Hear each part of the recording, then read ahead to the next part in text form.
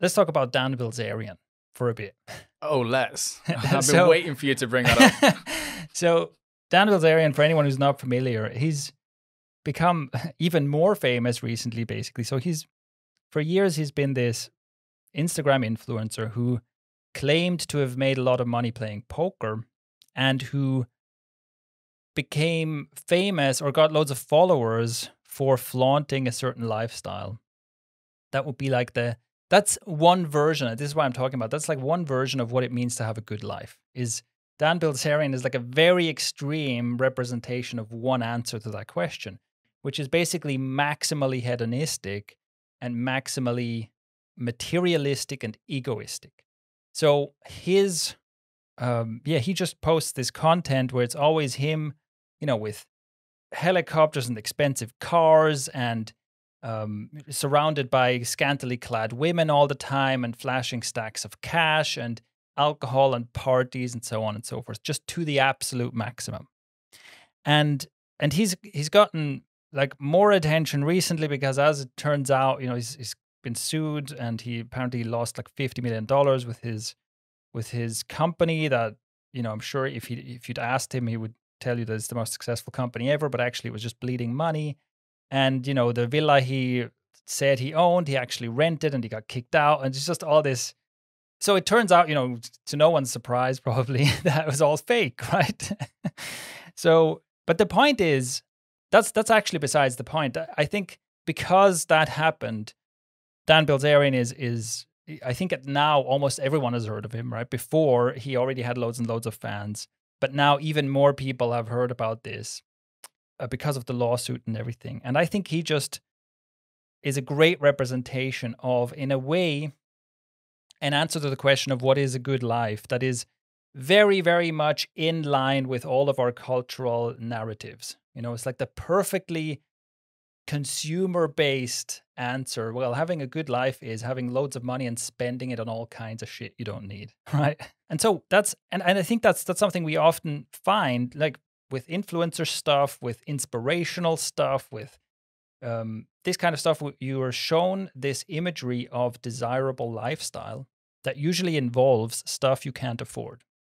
So people traveling in luxurious ways to faraway places and fancy food, expensive cars, all this kind of stuff. And that is certainly one thing that informs what our idea is of a goal to strive for. And I think especially a lot of, in the case of Bilzerian, especially like probably a lot of young men, I imagine that a lot of his fans are boys and young men who would say, yeah, this is what I want. This is what I want my life to look like. But then that is, of course, very shallow.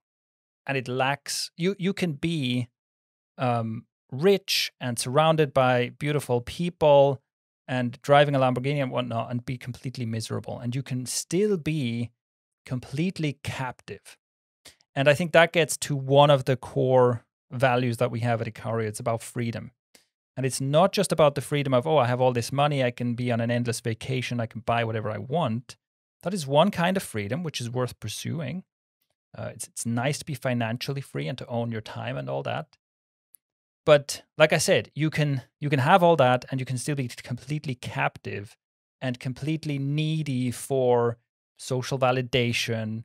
You can be completely, you can also be miserable, because just you're unhealthy, you don't feel good in your body, you feel unfulfilled and hollow and so on. And so if you think of like answers to what is a good life, like Dan Bilzerian puts a flag in there and says, this is a good life. And we're saying, okay, no, it's not that. The point is not to drive people towards that. And also, ikario is a self-experiment as well for myself and for this team of people.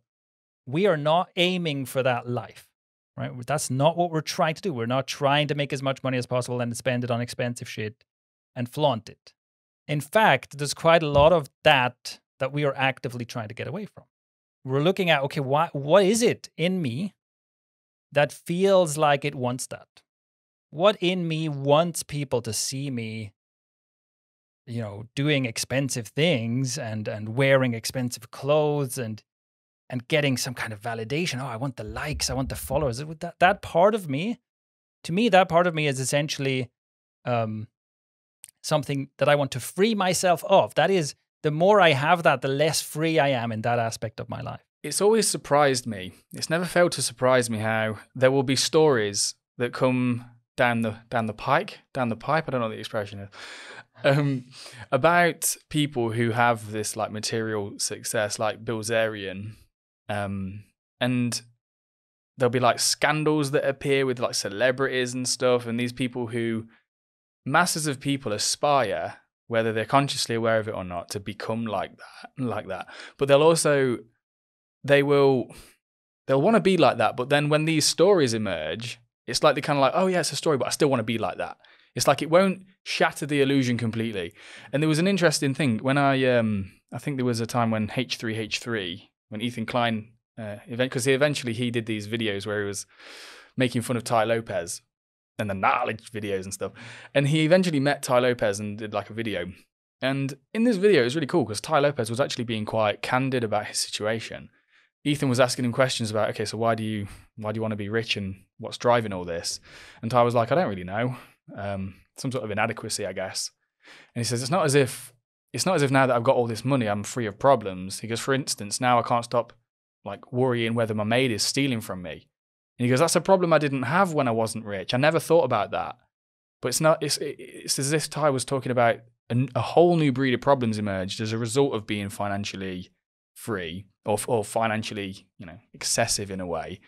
So it never ceases to amaze me how people will still aspire to this stuff, even though we've been told by many wise people that this stuff is not an end unto itself. It won't make you happy forever. And it always interests me what it is about that idea of just permanent. When I do X, when I do all these things, I will be happy like forever.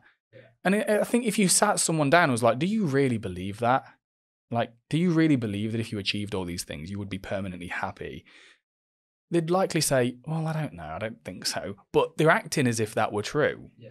So I think the ikario way, I think one thing it can serve to do is shatter the illusion, which I commend it for, if we can do that.